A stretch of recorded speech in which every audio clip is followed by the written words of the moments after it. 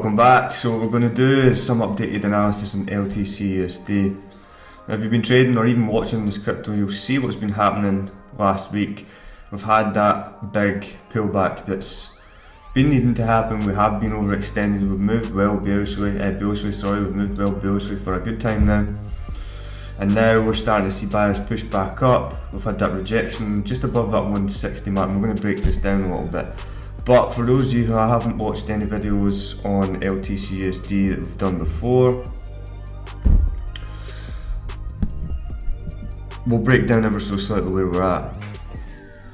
So what we've been looking at is basically, you'd seen this big massive sell-off and we've really seen, some buyers starting to really slow down price action. You've seen these touches and just the way they were forming, they were sort of rounding off a little bit. And then when we got down to the lower time frames, we're really able to see that price action was starting to gear up for another shift to the upside, so we managed to get in on that. So now, currently where we're at, we just go to the daily, you'll see that we have pushed out of this bearish trend line here, created a little inverse head and shoulders, broke the neckline, come back up, we've consolidated a little bit and pushed up a little higher. Now we managed to sort of top out around that 232 mark, 23249, and now you've seen a rapid sell-off. So all of that week last week we were pretty much just moving downwards.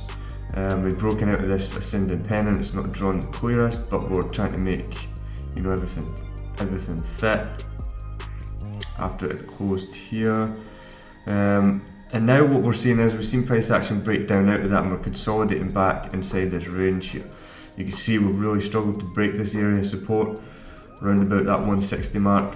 We've had a huge rejection coming down into a nice big wick away, and now you can see that we are consolidating in this orange zone, just really struggling to break either up or down. But you can see here we've created a nice double bottom and we do have that good bullish momentum candle on the 4 hour. If we go down to the 1 hour, you can see we're rounding off and maybe even get a little bit of support in an area like this.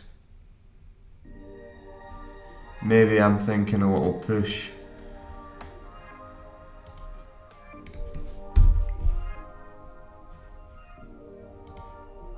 Just a little push, pull back and then continuation up. But the thing is, that's just going based off the sheer momentum of the 4 hour candle here, and after this double bottom you've got this nice big wick that's rejected from this zone in the orange here.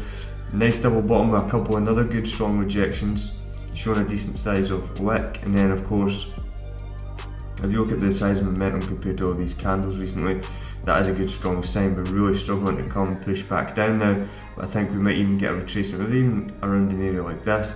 But again, right now we're just speculating, waiting for the market to open. So what we're really looking for is we are waiting to see price action, I think, push back up from this area. Of course it can crash down lower, it might even come back down in an area like 140, start maybe find some buyers back in this region here. But I mean, let's just go and look left and see where we currently are right now. Now the reason we've got this blue zone here is obviously these market highs here, they're going to be relevant no doubt in the future, so we've dragged them across. And then of course we like this big area of the market here because you can see we do have many incredible touches here, inside here, and then here again, and then again. So you can see that this area of the market, of course, is a huge area, and every time it comes back down into it, it's causing the market problems and it's giving people opportunities.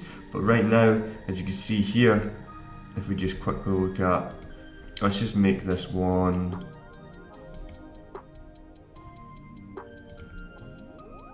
let's make this one green, just so, because things are getting pretty messy right now.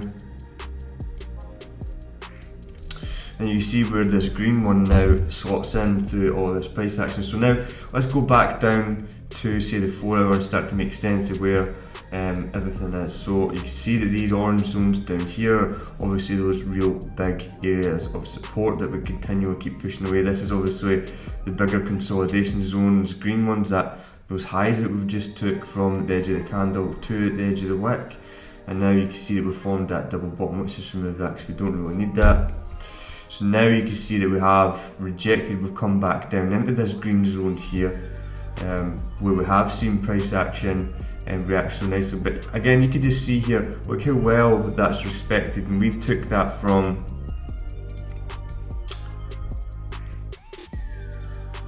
let's just zoom right in and make it as accurate as humanly possible for the sake of being pernickety.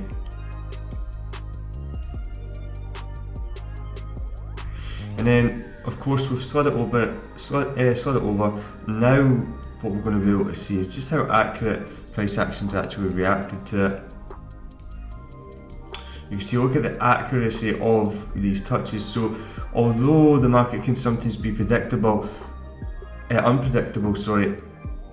there is a certain degree of accuracy that you can find once you know what you're looking for. And then, of course, also being able to adapt to new situations, because I didn't know that this was going to, of course we had an ascending pennant, but I didn't know it was going to sell off all the way back down into this zone. I didn't even know to draw this green zone, but I know how to find zones, and I know that if market's stalling in an area, I can find out pretty quickly if this area or the zone is going to be respected or not, based on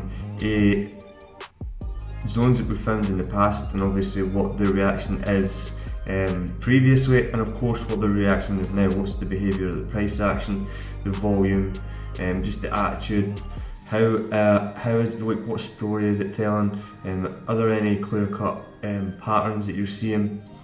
And then obviously all of those things accumulated together is going to give you a bias and ultimately confidence to either stay in the market, get in the market, or get out of the market. So that's ultimately what we're looking for, and I think that we are going to get a push up here. You can see currently we're in that green zone that we've just drawn, and then I think the next place forwards is to break above these highs, maybe come back down, retest a little bit, and I think we're going to come back up to 232 again, and then see what happens. We might even hit that 260.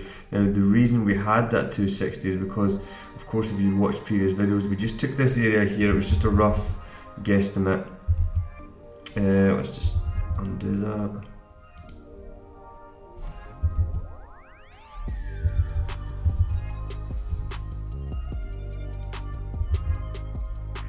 And let's just take,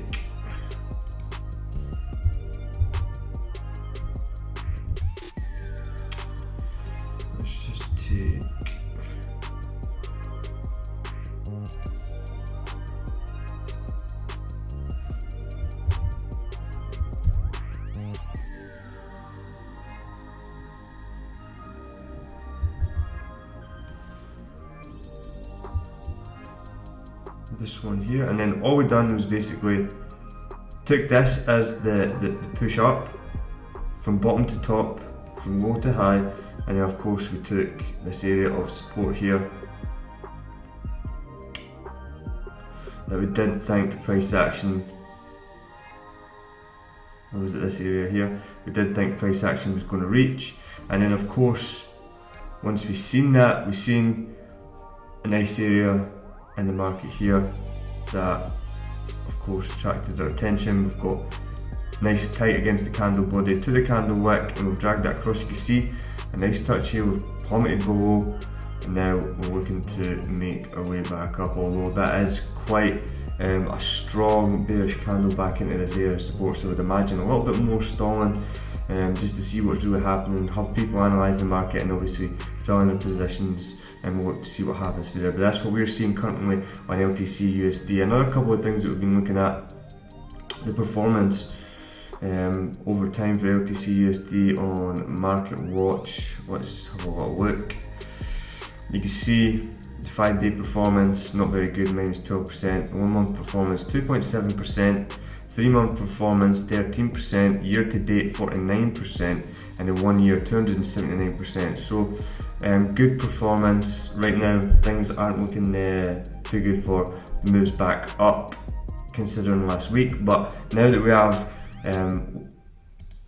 managed to really stall at this level, and if you look on the weekly time frame, you'll be able to see that this week has failed to really break this week. We've had a good rejection up, Now if we get back just above these highs where this little blue line is, and then respect that, come back down and retest it in an area like this, and push back up, I think we will reach that 260. We'll definitely hit these highs, I think.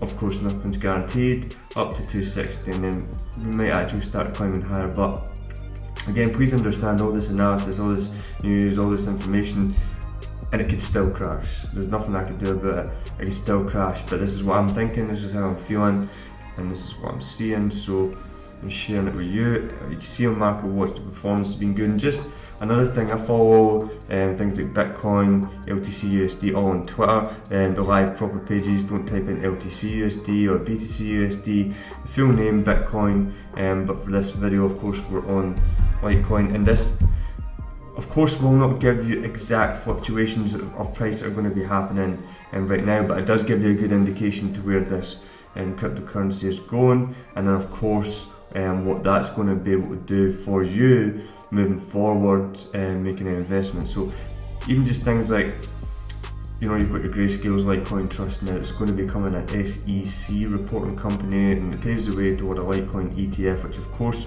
will attract attention in the future. But these are things that are going to obviously require a lot of development, but still good to know.